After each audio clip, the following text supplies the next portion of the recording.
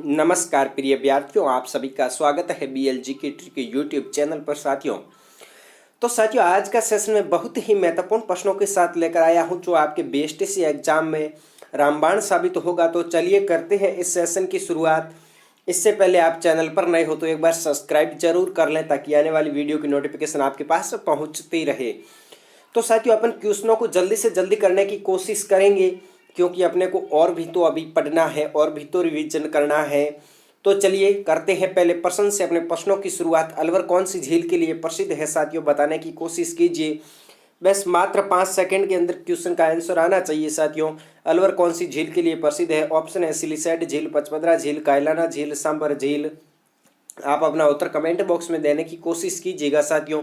अगर बात करें अलवर कौन सी झील के लिए प्रसिद्ध है तो साथियों सिलीसैड झील के लिए प्रसिद्ध है। सिलीसैड झील है जो अलवर में स्थित है साथियों। सिलीसैड झील की एक और बात है, इस झील को राजस्थान का नंदन कानन कहा जाता है। क्या राजस्थान का नंदन कानन कहा जाता है साथियों? ऐसे भी पूछ लिया जाएगा कि राजस्थान का नंदन कानन किस झील को कहा जाता है तो साथियों सिलीसैड झील को कहा जाता है। सिलीसैड कहाँ है? अलवर में है। तो चलिए साथियों अगले प्रश्न की ओर। अगला प्रश्न ये आपने स्क्रीन पर वेरी इंपॉर्टेंट क्वेश्चन है साथियों। राजस्थान में अजमेर के विलय के समय वहां के मुख्यमंत्री कौन थे साथियों? आपको बताना है जब अजमेर का विलय राजस्थान में किया गया तब वहां के मुख्यमंत्री कौन थे, आपको ये बताना है साथियों। ऑप्शन है हरविलास शारदा, कृष्णा कोल, हरिभाऊ उपाध्याय, हीरालाल शास्त्री। ऑप्शन साथियों आपके सामने है, अब आप उत्तर देने की कोशिश कीजिए। अगर मैं इस प्रश्न के साथियों राइट आंसर की बात करूं तो इसका राइट आंसर है Haribhau Upadhyay. Option number C है वो इस प्रश्न का साथियों बिल्कुल राइट आंसर है। तो चलिए अगले प्रश्न की ओर। अगला प्रश्न ये अपनी स्क्रीन पर जल्द से जल्द करेंगे साथियों। राष्ट्रीय राजमार्ग संख्या 3 किस जिले से होकर गुजरता है साथियों? राष्ट्रीय राजमार्ग संख्या 3 किस जिले से होकर गुजरता है? ऑप्शन है साथियों धौलपुर, अजमेर, जयपुर, टोंक। जल्दी से जल्दी बताने की कोशिश कीजिए साथियों। अगर बात करें इस प्रश्न के राइट आंसर की तो इसका साथियों राइट आंसर है धौलपुर। क्या भाई धौलपुर? अच्छे से इन प्रश्नों को साथियों याद कर ले, हर एक प्रश्न एग्जाम की दृष्टि से महत्वपूर्ण है। तो चलिए अगले प्रश्न की ओर। अगला प्रश्न ये अपनी स्क्रीन पर भीनमाल में कौन सा चीनी यात्री यात्रा के लिए आया था? जी हाँ साथियों कई बार पूछा गया क्वेश्चन है, हर बार पूछा जाता है। चलिए भीनमाल में कौन सा चीनी यात्री आया था? ऑप्शन है साथियों फायान, हवेनसांग, इतिसंग, उपयुक्त सभी। तो आप अपना उत्तर कमेंट बॉक्स में देने की कोशिश कीजिए। इस प्रश्न के साथियों राइट आंसर की बात करें तो इसका राइट आंसर है हवेनसांग। ऑप्शन नंबर बी है वो इस प्रश्न का साथियों बिल्कुल राइट आंसर है। तो चलिए अगले प्रश्न की ओर साथियों। अगला प्रश्न ये आपने स्क्रीन पर ये लो। बालाथल किस जिले में स्थित है साथियों? बालाथल एक सभ्यता है। क्या है भाई? सभ्यता है। तो किस जिले में स्थित है? मैं आपको एक हिंट दे देता हूं, जहां साथियों आहड़ सभ्यता है, जिस जिले में आहड़ सभ्यता है उसी जिले में बालाथल सभ्यता है। अब आप अपना उत्तर कमेंट बॉक्स में साथियों जल्दी से देने की कोशिश कीजिए। अगर बात करें बालाथल किस जिले में स्थित है तो साथियों बालाथल उदयपुर में स्थित है। कहाँ भाई? उदयपुर में। तो चलिए अगले प्रश्न की ओर। अगला प्रश्न ये रहा साथियों अपनी स्क्रीन पर। राजस्थान में किस नदी का अपवा तंत्र क्षेत्र सबसे बड़ा है? जी हाँ साथियों राजस्थान में किस नदी का अपवा तंत्र क्षेत्र सबसे बड़ा है? माही, चंबल, बनास, लूणी। जल्दी से साथियों उत्तर देने की कोशिश कीजिए। अगर इस प्रश्न के साथियों राइट आंसर की बात करें तो इसका राइट आंसर है चंबल नदी। क्या भाई? चंबल नदी। चंबल नदी का अपवा तंत्र क्या है? राजस्थान में अपवा तंत्र सबसे बड़ा है चंबल नदी का। तो चलिए अगले प्रश्न की ओर। अगला प्रश्न ये रहा अपनी स्क्रीन पर। राजस्थान का सबसे बड़ा लोकवाद्य यंत्र कौन सा है? जी हाँ साथियों राजस्थान का सबसे बड़ा लोकवाद्य यंत्र प्रश्न आपके सामने है साथियों। ऑप्शन आपके सामने है, अब आप बताने की कोशिश कीजिए। ऑप्शन है ढोल, टामक, भपंग, रावण, हत्ता। अगर साथियों राजस्थान के सबसे बड़े लोकवाद्य यंत्र की बात करें तो इसका राइट आंसर है साथियों टामक। क्या भाई? टामक। इस टामक इसका साथियों राइट आंसर है। टामक को ही दमामा कहा जाता है साथियों। दमामा कहो, टामक कहो, एक ही बात है। चलिए अगले प्रश्न की ओर। अगला प्रश्न ये रहा अपने स्क्रीन पर। हो सकता है साथियों आपके उस प्रश्न में टामक ऑप्शन न देके दमामा दे दिया जाए तो भी एक ही बात है। तो ये रहा अगला प्रश्न अपना स्क्रीन पर साथियों। रणकपुर का जैन मंदिर किसे समर्पित है? जी हाँ साथियों रणकपुर का जैन मंदिर किसे समर्पित है? कई बार पूछा गया क्वेश्चन है, हर एक क्वेश्चन एग्जाम की दृष्टि से साथियों महत्वपूर्ण है। आपको हर एक प्रश्न याद करना होगा। ऑप्शन है साथियों नेमिनाथ, महावीर स्वामी, आदिनाथ, शांतिनाथ। रणकपुर का जैन मंदिर किसे समर्पित है बताने की कोशिश कीजिए। जी हाँ अगर इस प्रश्न के राइट आंसर की साथियों बात करूं तो इसका राइट आंसर है आदिनाथ। क्या भाई? आदिनाथ। ऑप्शन नंबर सी है वो इस प्रश्न का बिल्कुल राइट आंसर है। तो चलिए अगले प्रश्न की ओर साथियों। अगला प्रश्न ये रहा अपनी स्क्रीन पर। दूध बावड़ी कहाँ स्थित है? जी हाँ साथियों दूध बावड़ी कहाँ स्थित है? ऑप्शन है साथियों रतनगढ़, माउंट आबू, चित्तौड़गढ़, लूणकरण। सर आपको हर एक प्रश्न आना चाहिए साथियों। बात करें दूध बावड़ी कहाँ स्थित है तो साथियों माउंट आबू में स्थित है। कहाँ है? माउंट आबू में। ऑप्शन नंबर बी है वो इस प्रश्न का साथियों बिल्कुल राइट आंसर है। तो चलिए अगले प्रश्न की ओर। अगला प्रश्न ये रहा अपनी स्क्रीन पर, पारिस्थितिकी संतुलन बनाए रखने के लिए भारत के कितने प्रतिशत स्थान पर वन होने चाहिए? जी हाँ साथियों, कितने प्रतिशत पर वन होने चाहिए? तो साथियों बताने की कोशिश कीजिए, प्रश्न आपके सामने है। अगर बात करें कितने प्रतिशत वन होने चाहिए तो साथियों 33.3% पर वन होने चाहिए। इसका मतलब ऑप्शन नंबर बी है इस प्रश्न का बिल्कुल राइट आंसर है। तो चलिए अगले प्रश्न की ओर साथियों। अगला प्रश्न ये रहा अपनी स्क्रीन पर, मेवाड़ का भीष्म पितामह किसे कहा जाता है? जी हाँ साथियों, किस शासक को मेवाड़ का भीष्म पितामह कहा जाता है? वेरी वेरी इंपॉर्टेंट क्वेश्चन साथियों। ऑप्शन है कुंवर चुंडा, महाराणा कुंभा, बप्पा रावल, महाराणा प्रताप। बताने की कोशिश कीजिए साथियों। अगर बात करें इस प्रश्न के राइट आंसर की तो इसका राइट आंसर है कुंवर चुंडा। ऑप्शन नंबर ए है वो इस प्रश्न का साथियों बिल्कुल राइट आंसर है। मेवाड़ का भीष्म पितामह है जो कुंवर चुंडा को कहा जाता है, इसका राइट आंसर है ऑप्शन नंबर ए। तो चलिए अगले प्रश्न की ओर साथियों। अगला प्रश्न ये रहा आपने स्क्रीन पर, स्तंभों का वन किस मंदिर को कहा जाता है? जी हाँ साथियों, स्तंभों का वन किस मंदिर को कहा जाता है? ऑप्शन है साथियों दिलवाड़ा का मंदिर, ऑप्शन है रणकपुर जैन मंदिर, ऑप्शन है जगदीश मंदिर, ऑप्शन है महामंदिर। ऑप्शन आपके सामने है साथियों, अब आप उत्तर देने की कोशिश जल्दी से कीजिएगा। अगर बात करें इस प्रश्न के राइट आंसर की ओर, स्तंभों का वन किस मंदिर को कहा जाता है तो साथियों रणकपुर के जैन मंदिर को स्तंभों का वन कहा जाता है, खंभों का मंदिर कहा जाता है। तो ऑप्शन नंबर बी है वो इस प्रश्न का बिल्कुल राइट आंसर है। तो चलिए अगले प्रश्न की ओर। अगला प्रश्न साथियों ये रहा अपनी स्क्रीन पर, राजस्थान का पहला विजय स्तंभ कहाँ स्थापित है? साथियों राजस्थान का पहला विजय स्तंभ कहाँ स्थित है? ऑप्शन है साथियों चित्तौड़गढ़ दुर्ग, ऑप्शन है सरगासुली जयपुर में, ऑप्शन है चौमू दुर्ग में, ऑप्शन है बयाना दुर्ग में। हर एक प्रश्न एग्जाम की दृष्टि से महत्वपूर्ण है, आप इन प्रश्नों को अच्छे से याद कर लीजिएगा, 100% आपको एग्जाम में फायदा होगा। राजस्थान का पहला विजय स्तंभ की बात करूं मैं साथियों तो ये बयाना दुर्ग में स्थित है। कहाँ भाई? बयाना दुर्ग भरतपुर। चलिए अगले प्रश्न की ओर साथियों। अगला प्रश्न ये रहा अपने स्क्रीन पर, बिश्नोई समाज के लोग पांचवा वेद किसे मानते हैं? जी हाँ साथियों, बिश्नोई समाज के लोग हैं वो पांचवा वेद किसे मानते हैं आपको बताना है। ऑप्शन है रामायण को, ऑप्शन है महाभारत को, ऑप्शन है गीता को, ऑप्शन है जंबसागर को। बताने की कोशिश कीजिए। अगर बात करें इस प्रश्न के राइट आंसर की तो साथियों जंबसागर को है, जो बिश्नोई समाज के लोग हैं वो पांचवा वेद मानते हैं। तो इसका राइट आंसर क्या है? ऑप्शन नंबर डी जंबसागर इसका राइट आंसर है। तो चलिए अगले प्रश्न की ओर साथियों। अगला प्रश्न ये रहा अपनी स्क्रीन पर, निम्न में से कौन सा पर्यटन स्थल उदयपुर में स्थित नहीं है? जी हाँ साथियों, कौन सा पर्यटन स्थल उदयपुर में स्थित नहीं है? ऑप्शन है साथियों एकलिंग जी का मंदिर, ऑप्शन है बांडोली, ऑप्शन है जगमंदिर पैलेस, ऑप्शन है कांकरोली। हर एक प्रश्न एग्जाम की दृष्टि से महत्वपूर्ण है। अगर बात करें कौन सा पर्यटन स्थल उदयपुर में स्थित नहीं है तो साथियों कांकरोली नहीं है। क्या है? कांकरोली।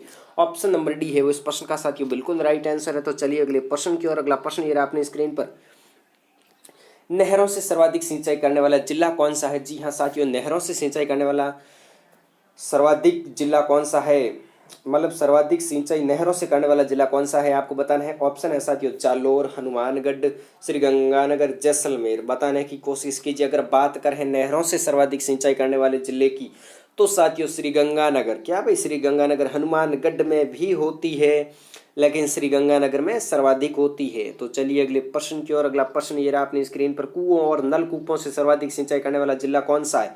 जी हाँ, कुओं और नलकूपों से बात करें अगर साथियों कुओं और नलकूपों से सर्वाधिक सिंचाई करने वाले जिले की तो जयपुर है। ऑप्शन नंबर बी है वो इस प्रश्न का साथियों बिल्कुल राइट आंसर है। तो चलिए अगले प्रश्न की ओर। अगला प्रश्न ये रहा अपनी स्क्रीन पर साथियों, राजस्थान का कौन सा दुर्ग सुवर्णगिरी के नाम से प्रसिद्ध है? साथियों सुवर्णगिरी एक है, स्वर्णगिरी एक है और सुवर्णगिरी। आप कंफ्यूज ना हो, बताएं कौन सा दुर्ग भाई सुवर्णगिरी के नाम से जाना जाता है। कंफ्यूज वाला क्वेश्चन है क्योंकि दुर्ग दो रह गए ना, एक सुवर्णगिरी है और एक स्वर्णगिरी है। बूंदी का दुर्ग, जालोर का दुर्ग, जैसलमेर का दुर्ग, सिवाना का दुर्ग। बताने की कोशिश कीजिए साथियों। अगर बात करें सुवर्णगिरी की तो साथियों जालोर का दुर्ग है जो सुवर्णगिरी है, और बात करें स्वर्णगिरी की तो जैसलमेर का दुर्ग राइट आंसर है। इस प्रश्न का साथियों राइट आंसर जालोर दुर्ग है। क्या भाई? जालोर दुर्ग। चलिए अगले प्रश्न की ओर। अगला प्रश्न ये रहा अपनी स्क्रीन पर, तालाबों से सर्वाधिक सिंचाई करने वाला जिला कौन सा है? जी हाँ साथियों, तालाबों से सर्वाधिक सिंचाई करने वाला जिला कौन सा है आपको बताना है। अगर बात करें तालाबों से सर्वाधिक सिंचाई करने वाला जिला तो साथियों इसका राइट आंसर है भीलवाड़ा। ऑप्शन नंबर डी है वो इस प्रश्न का साथियों बिल्कुल राइट आंसर है। तो चलिए अगले प्रश्न की ओर। अगला प्रश्न ये रहा अपनी स्क्रीन पर, अजमेर में राजस्थान सेवा संघ की स्थापना किसने की थी? जी हाँ साथियों, अजमेर में राजस्थान सेवा संघ की स्थापना विजय सिंह पथिक, अर्जुन लाल सेठी, हरिभाऊ उपाध्याय, माणिक्यलाल वर्मा किसने की थी? साथियों जल्दी से बताने की कोशिश कीजिए। चलते हैं अगले प्रश्न की ओर। बात करें अजमेर में राजस्थान सेवा संघ की स्थापना किसने की, तो साथियों विजय सिंह जी पथिक ने की थी। ऑप्शन नंबर ए है वो इस प्रश्न का साथियों बिल्कुल राइट आंसर है। तो चलिए अगले प्रश्न की ओर। अगला प्रश्न ये रहा अपनी स्क्रीन पर, ये लो भाई, बिजोलिया किसान आंदोलन का प्रारंभ किस वर्ष हुआ था साथियों। सबसे लंबा किसान आंदोलन, बिजोलिया किसान आंदोलन का प्रारंभ किस वर्ष हुआ। ऑप्शन है साथियों 1896, ऑप्शन है 1897, ऑप्शन है 1941, ऑप्शन है 1942। अगर बात करें बिजोलिया किसान आंदोलन कब प्रारंभ हुआ, तो साथियों 1897 में। कब भाई, 1897 में। तो चलिए अगले प्रश्न की ओर। अगला प्रश्न ये रहा अपनी स्क्रीन पर, जामसर किसके लिए प्रसिद्ध है। जी हाँ साथियों, जामसर किसके लिए प्रसिद्ध है आपको बताना है। ऑप्शन है रॉक फॉस्फेट के लिए, जिप्सम के लिए, मुल्तानी मिट्टी के लिए, एस्बेस्टॉस के लिए। जल्दी से अपना उत्तर साथियों कमेंट बॉक्स में। तो चलिए अगले प्रश्न की ओर चलते हैं। इस प्रश्न का राइट आंसर है साथियों जिप्सम के लिए। क्या भाई, जिप्सम के लिए जामसर प्रसिद्ध है। तो ये लो भाई, चलते हैं अगले प्रश्न की ओर। अगला प्रश्न ये रहा अपनी स्क्रीन पर, राजस्थान के किस जिले से कर्क रेखा होकर गुजरती है साथियों। कर्क रेखा राजस्थान के किस जिले से होकर गुजरती है। ऑप्शन है चित्तौड़गढ़, बांसवाड़ा, प्रतापगढ़, भीलवाड़ा।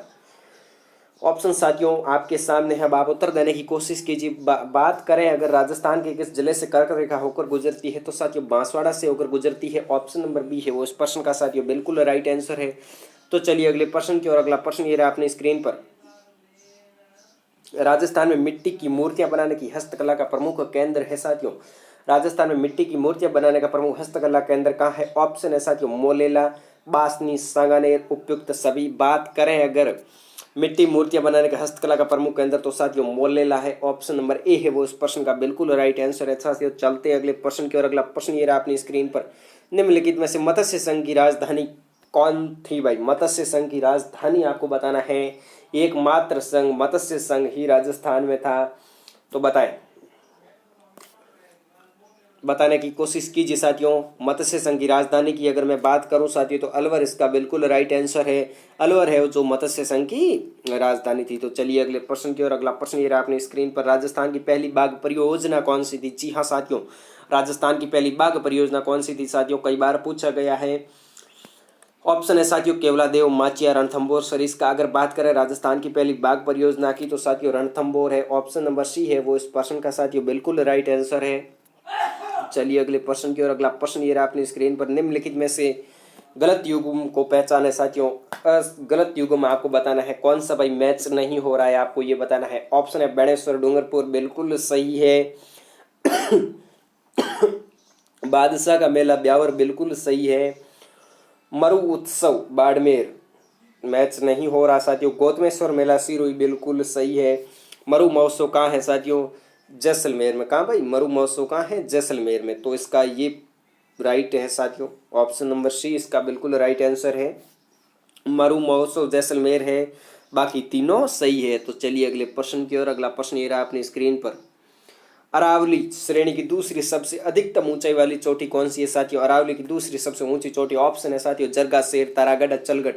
बात करें अरावली श्रेणी की सबसे दूसरी अधिकतम ऊंचाई वाली चोटी की, तो साथियों शेर है। क्या है, शेर। ऑप्शन नंबर बी है वो इस प्रश्न का बिल्कुल राइट आंसर है। तो चलिए अगले प्रश्न की ओर। अगला प्रश्न ये रहा अपनी स्क्रीन पर, अलवर जिले की लोक देवी के रूप में किसे मान्यता प्राप्त है साथियों। अलवर जिले की लोक देवी के रूप में किसे मान्यता प्राप्त है। अगर बात करें इस प्रश्न के राइट आंसर की, तो साथियों जिलानी माता। क्या भाई, Jilani Mata. Option number C है वो इस प्रश्न का साथियों बिल्कुल राइट आंसर है। चलिए अगले प्रश्न की ओर। अगला प्रश्न ये रहा अपनी स्क्रीन पर, राजस्थान में होली के दिन मेवाड़ और बाड़मेर में किस नृत्य की धूम मची रहती है। जी हाँ साथियों, सामान्य सा क्वेश्चन है, हर कोई भी बता सकता है। मेवाड़ और बाड़मेर में किस नृत्य की धूम मची रहती है होली के दिन। कब भाई, होली के दिन। तो ऑप्शन है साथियों चंग, गैर, कच्ची घोड़ी, गीदड़। तो साथियों इसका राइट आंसर है गैर। ऑप्शन नंबर बी है वो इस प्रश्न का साथियों बिल्कुल राइट आंसर है। तो साथियों आप सभी ने सेशन बड़े अच्छे से देखा, आप सभी को धन्यवाद। मिलते हैं नेक्स्ट सेशन में इसी जोश के साथ। ऑल द बेस्ट, खुश रहिए, मस्त रहिए, हंसते रहिए।